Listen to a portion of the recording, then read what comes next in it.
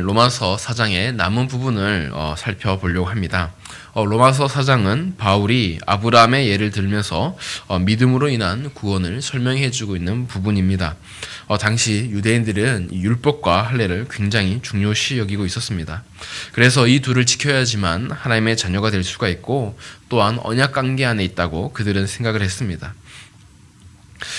그러나 우리는 신약 시대에 살기 때문에 이 율법과 할례가 전부가 아닌 것을 알고 있습니다.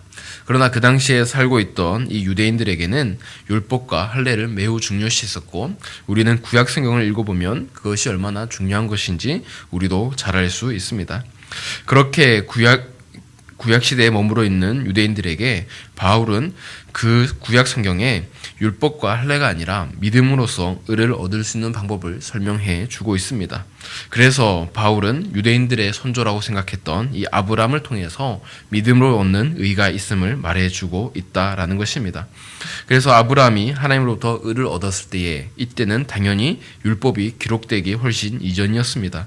이 율법을 기록되기 이전에도 아브라함은 하나님으로부터 의를 얻었다는 것입니다.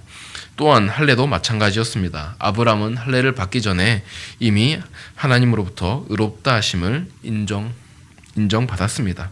그래서 성경은 이것을 믿음을 보고 아브라함에게 의롭다 하셨다라고 말해주고 있습니다. 그래서 바울은 우리가 지난 시간에 살펴본 대로 아브라함이 의롭다함을 얻었던 것은 바로 율법과 할례가 있기 이전이라고 찝어서 설명해주고 있는 것입니다. 그리고 나서 바울은 믿음으로부터 바울이 이미 의를 얻었음을 창세기에서 설명해 주고 있는 것입니다. 그래서 오늘 본문을 보면 로마서에서 아브라함의 의에 대해서 더 구체적으로 설명해 주고 있음을 볼 수가 있습니다.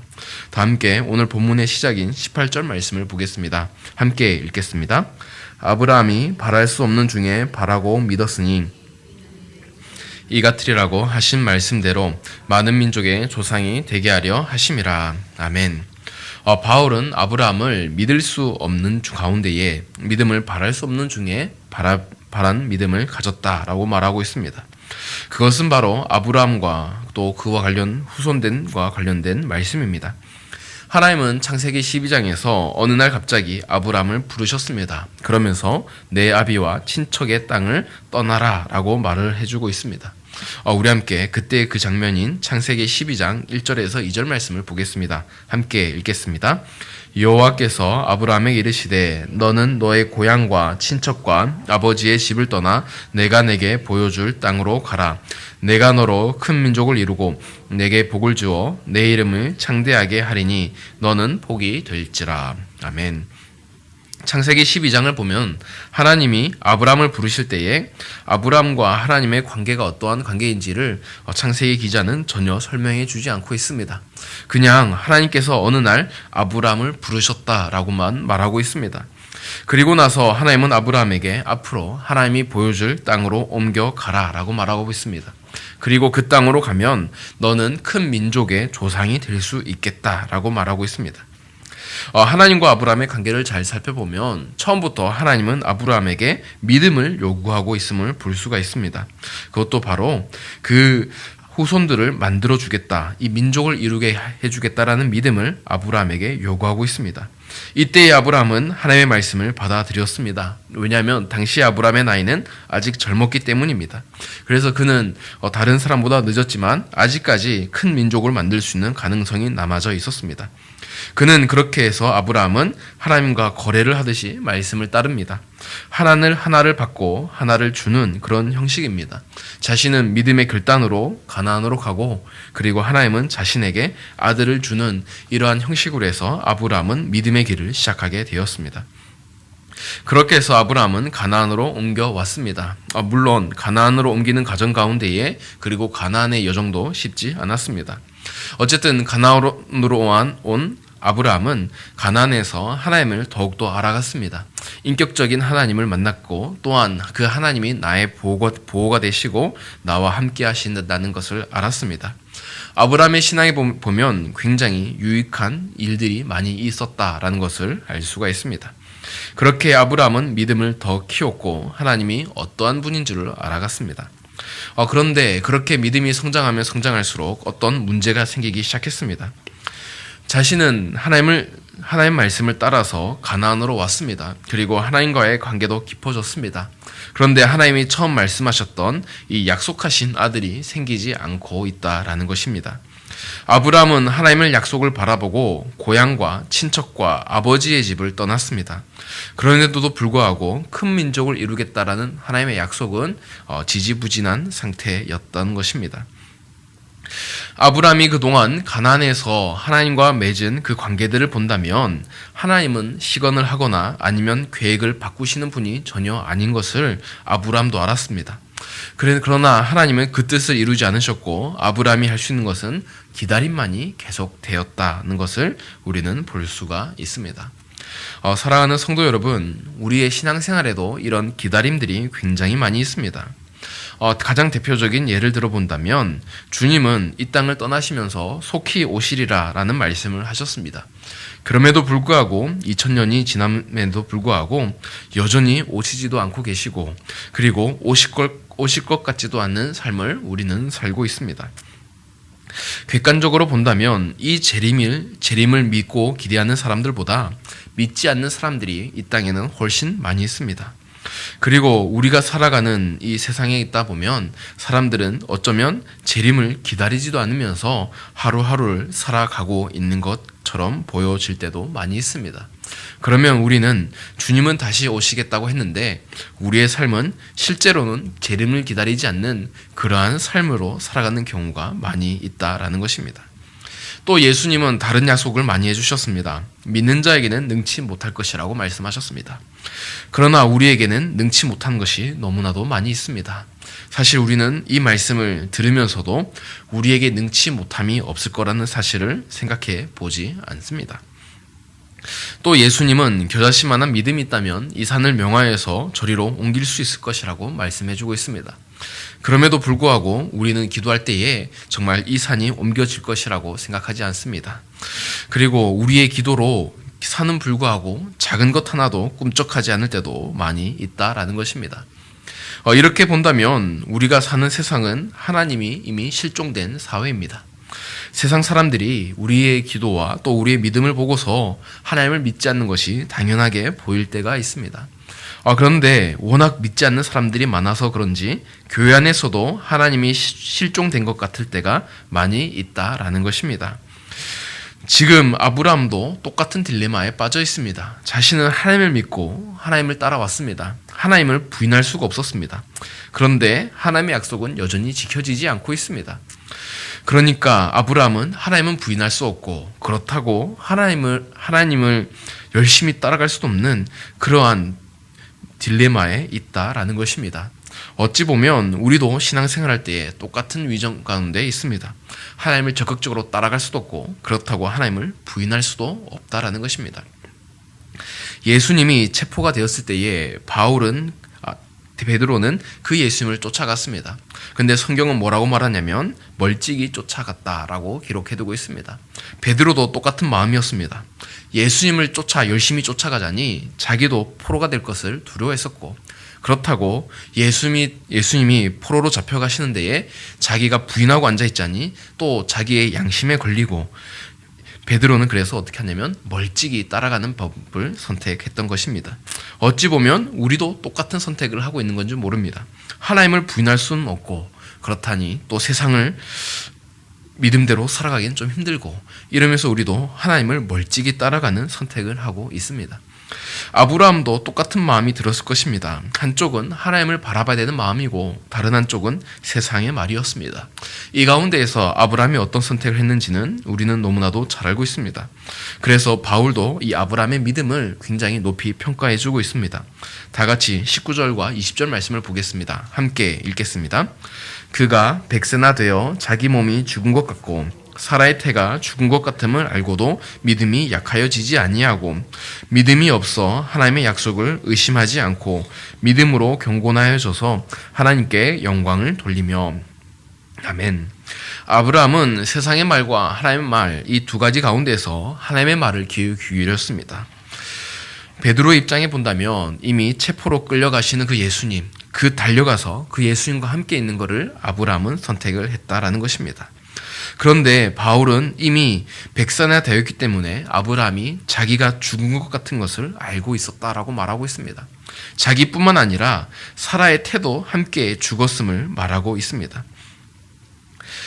성경은 아브라함이 아들을 낳을 수 없는 환경이 되었다, 사라가 아들을 낳을 수 없는 환경이 되었다라고 말하지 않습니다. 자기 몸이 죽은 것 같다라고 말하고 있습니다. 어떻게 보면 아브라함의 유일한 소망이 지금까지 아들을 낳는 것이었는데, 이 아들을 낳을 수 없는 환경이 되었다는 것은 바로 죽은 것과 같은 그런 고통의 순간이 있었다라는 것입니다. 어떻게 보면 자녀를 낳을 수 있는 가능성이 전혀 없어졌는데도 불구하고 아브라함은 그 하나님을 향한 믿음을 여전히 가지고 있었다라고 성경은 말해주고 있습니다.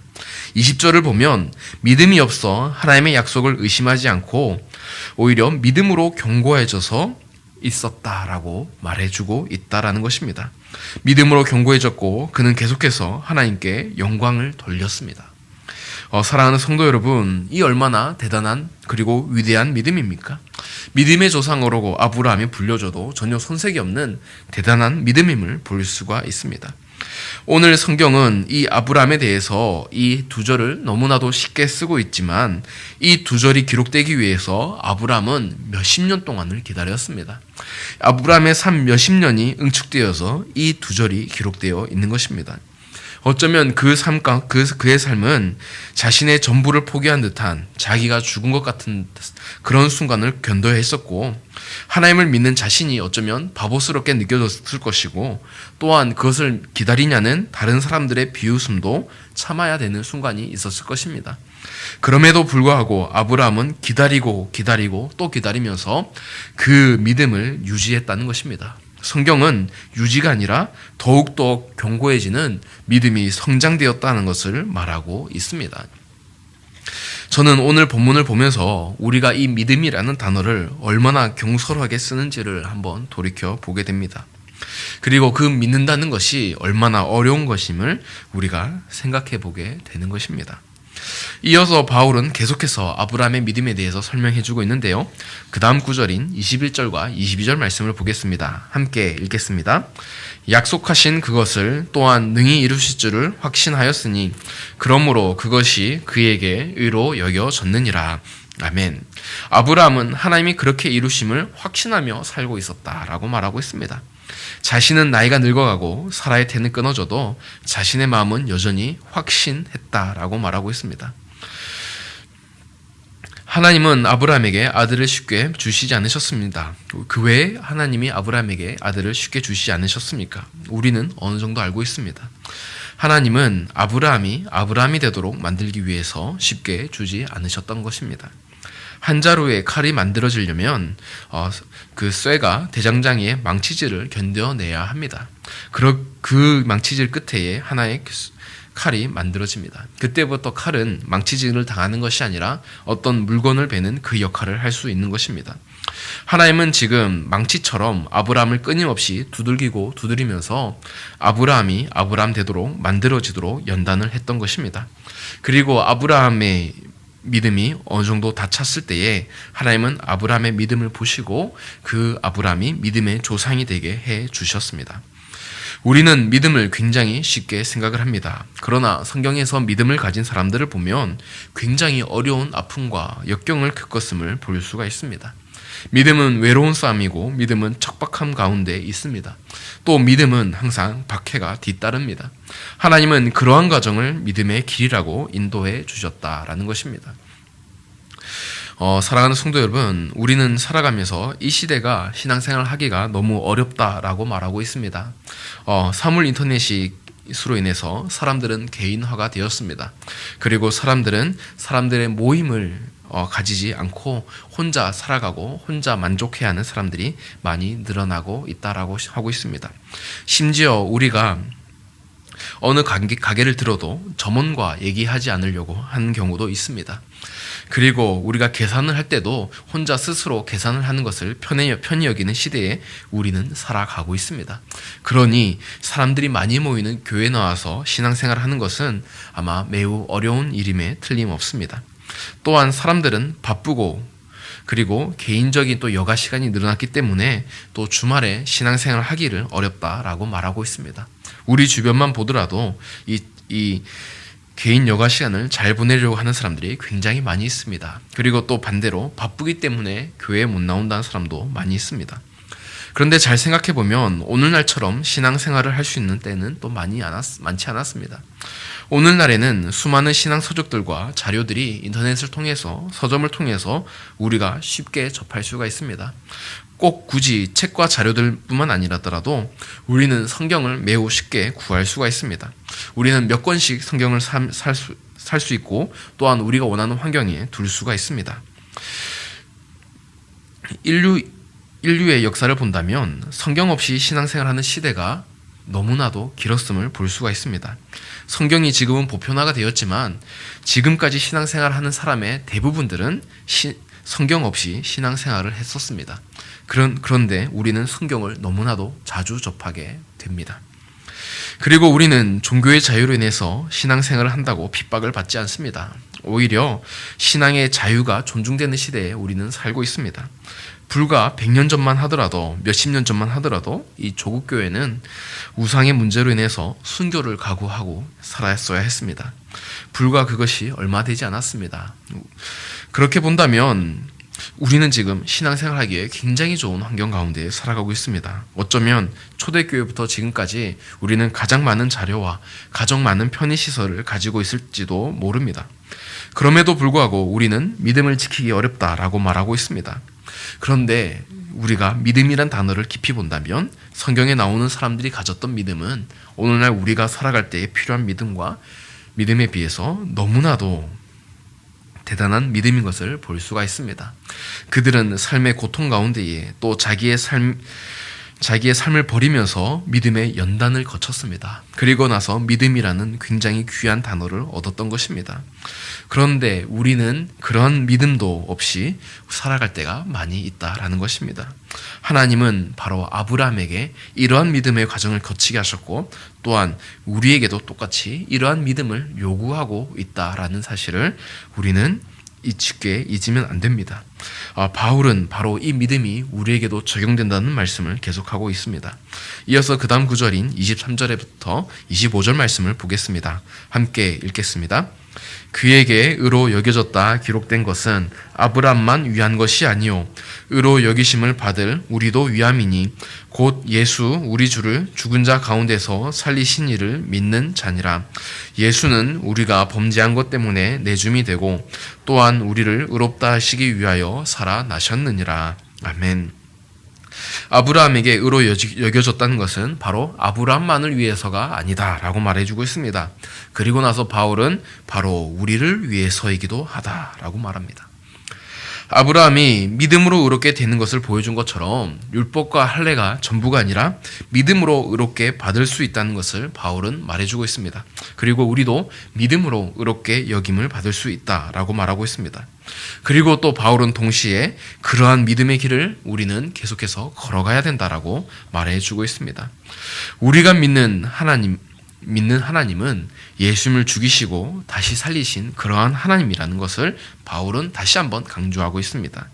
그래서 이 말씀 속에 우리가 죽는 한이 있더라도 하나님이 우리를 다시 살려주실 것을 믿는다면 우리가 죽는 한이 있더라도 그 믿음의 길을 계속해서 걸어가야 되고 죽기까지 우리는 순종해야 된다라는 그러한 믿음을 우리에게 요구하고 있다라는 것입니다.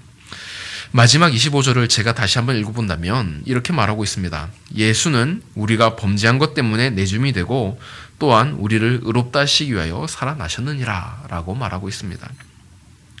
우리의 범죄함으로 인해서 예수님이 죽으셨다는 것입니다. 그리고 우리를 의롭게 하기 위해서 예수님이 다시 살아나셨다는 것입니다. 그래서 바울은 더 이상 내가 사는 것이 아니라 예수님 안에서 다시 태어난 내가 사는 것이라고 말해주고 있습니다. 저 최은종이 아니라 주님 안에서 다시 태어난 최은종이 살아가고 있다라는 것입니다. 그러면서 바울은 우리에게 정말 죽기까지 순종하고 죽기까지 그 믿음의 길을 걸어가라라고 말하고 있습니다. 그런 자만이 정말 성경에서 말하는 믿음의 길을 걸어가는 자라고 말해주고 있는 것입니다. 사랑하는 성도 여러분, 우리에게 과연 이런 믿음이 있는지 우리를 한번 돌이켜 봐야 됩니다. 그리고 우리의 믿음과 우리의 순종함이 정말 이 아브라함과 같은 그 길을 걸어가고 있는지, 예수의 말씀을 담아가고 있는지를 우리는 생각해 봐야 하는 것입니다. 저는 오늘 한 가지 이야기로 오늘 설교를 마무리하려고 합니다. 저는 청년들과 이야기를 자주 할 때가 많이 있습니다. 들어보면 보통 직장 얘기, 그리고 교회 사역 이야기, 돈 이야기, 이성 이야기, 이렇게 딱 네 가지 이야기가 거의 98%를 차지하고 있습니다. 그들은 그들의 고민들을 이제 자주 말합니다. 그렇게 되면, 그런 얘기를 들으면 저는 최대한 현실적으로 이제 말해주려고 애씁니다. 어쩔 때는 매우 비정하게 보이지만 현실에 나오는 그대로를 정말 남들이 하지 못하는 그 얘기까지라도 솔직하게 해줍니다. 그런데 어떤 경우에는 정말 현실적으로 답도 안 나오는 경우가 많이 있습니다. 이러지도 저러지도 못하는 경우를 보면서 그때면 저는 기도해야지라고 이제 말합니다. 물론 이제 앞의 경우도 기도를 이제 말하지만 정말 답도 없는 경우면 정말 기도밖에 답이 없기 때문입니다. 그렇게 해서 청년들과 얘기하다 보면요, 저에게 이제 한 가지 생각이 참 많이 듭니다. 그것은 바로 현실의 벽에 너무 갇혀 있다라는 사실입니다. 그 벽이 청년들에 너무 두껍게 보이고, 그래서 그들은 그 벽 너머에 계시는 하나님을 바라보지 못한다라는 것입니다. 심지어 그들은 교회 사역 이야기를 하고 교회 관련 고민을 얘기하면서도 하나님을 보지 못할 때가 많이 있습니다. 자신의 사역만 얘기하지 하나님에 대해서 얘기하는 경우가 거의 없습니다. 심지어 성경에 대한 궁금증을 가지고 저에게 물어본 경우는 지금까지 제가 청년들과 얘기하면서 있었던 남은 2%에 속할 것입니다. 그런데도 불구하고 그렇게 그들은 현재 일에 너무 치우쳐져서 실제로 그 모든 일들을 주관하시는 하나님, 그리고 그 모든 일들 가운데 역사하시는 하나님을 바라보지 못한다라는 것입니다. 그러면 제가 할 수 있는 역할은 바로 그 숨어 계시는 하나님을 그들에게 짠 하고 보여주는 것입니다. 어쩌면 이런 청년들의 고민과 이 청년들의 문제가 우리가 봤을 때는 아직 믿음이 어리기 때문에, 믿음이 연약하기 때문에 하나님을 바라보지 못한다라고 말할 수가 있습니다. 그들이 결혼할 때에, 직장을 선택할 때에, 또한 그들이 남자친구와 여자친구를 선택하고 사귈 때에 아직 믿음이 부족하기 때문에 그러한 고민들과 그러한 어려움들을 겪는 것은 아닌가 하고 생각해 보게 됩니다. 그런데 만약 그런 우리들을 하나님이 바라보신다면 아마 우리를 향해서도 하나님은 똑같은 생각을 하고 계실 것입니다. 우리의 믿음이 약하기 때문에 우리가 현재의 벽에 부딪혀서 정말 그 하나님을 바라보지 못한다라고 하나님은 생각하고 있을지 모릅니다. 또한 아브라함도 그러한 생각을 우리에게 할 줄 모릅니다. 아브라함이 거쳤던 그 믿음의 단련의 길을 거치면서 아브라함이나 다른 믿음의 사람들이 우리를 향해서 우리의 믿음이 없음을 지적할 수도 있다라는 것입니다. 그래서 우리에게는 믿음의 단련들이 더욱더욱 필요합니다. 현실의 벽 가운데에서 나에게 개입하시는 그런 하나님을 우리가 만나는 것, 그것이 바로 우리에게 필요하다라는 것입니다. 오늘의 본문에서 아브라함과 우리의 다른 점을 한 가지 살펴볼 수 있는데요. 그것은 바로 아브라함은 현실의 문제 가운데에서도 하나님을 여전히 바라보고 있었다라는 것입니다. 그리고 아들을 놓을 수 없는 그런 현실의 문제를 그냥 자신의 문제가 아니라 하나님 앞에 나아가야 되는 문제로 생각하고 있었다라는 것입니다. 사랑하는 성도 여러분, 우리가 직장에서의 일과 인간관계의 문제들, 그리고 가정에서 어려움들은 모두 다 하나님이 우리에게 주관하시고 있는 일들입니다. 우리가 만약 이 일들 가운데에서 하나님을 바라볼 것을 생각하지 못한다면 우리는 아브라함처럼 믿음의 길로 걸어가지 못하고 있는 것이 될 수가 있습니다. 여러분, 새해가 밝았습니다. 우리는 지금 믿음의 과정들을 겪고 있습니다. 어쩌면 우리가 만나는 모든 문제들은 하나님께서 우리에게 주시는 그런 문제일 수가 있습니다. 그 가운데서 우리에게 필요한 것은 하나님과의 관계를 돈독히 하고 하나님과의 관계를 유지하는 것입니다. 그리고 우리의 믿음을 더욱 키워 나가는 것입니다. 많은 청년들에게 성경을 언제 읽었느냐라고 말을 해보면 남자 청년들이 한결같은 대답이 있습니다. 바로 군대에서 성경책을 읽었다는 것입니다. 군대라는 척박한 환경 속에서 성경을 너무나도 가까이 했었고 잠자기 전에도 성경을 읽었고 그리고 화장실에 가서도 성경을 읽었다는 것입니다. 그러면 많은 친구들 그 얘기를 듣는 다른 여자친구들은 놀랍니다. 너가 성경을 읽다니 하고 놀란다는 것입니다. 그러나 저도 군대 생활을 거쳤고 그 가운데에서 얼마나 절실한 마음이 있는지를 저는 알기 때문에 그것이 참 동감이 됩니다.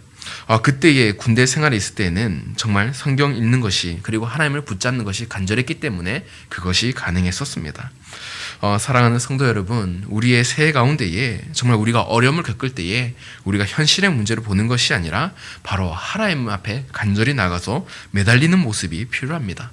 하나님께서 지금 나를 망치로 때리고 계시다는 사실을 깨닫고 우리는 그때에 하나님의 인도하심을 더욱더 구해야 되는 것입니다. 우리의 문제는 하나님의 인도하심인 줄 모르는 데에 문제가 있는 것입니다. 그리고 우리가 그 인도하심대로 하나님을 바라보지 못할 때가 있다라는 것입니다.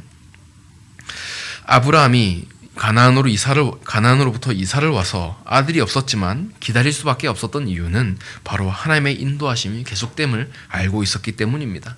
그래서 아브라함의 믿음이 성장할 수가 있었고 견고해질 수 있었기 때문입니다. 사랑하는 성도 여러분, 우리에게도 혹시 2018년도에 어려움이 있다면 그리고 하나님이 우리에게 망치질을 하고 계신다면 또한 우리에게 연단이 필요한 순간이 온다면 우리는 이 믿음이라는 단어를 붙잡고 우리는 그 연단을 거쳐야 됩니다. 그리고 마지막에 하나님께서 숨겨둔 열매를 맺도록 우리는 결단을 해야 된다라는 것입니다.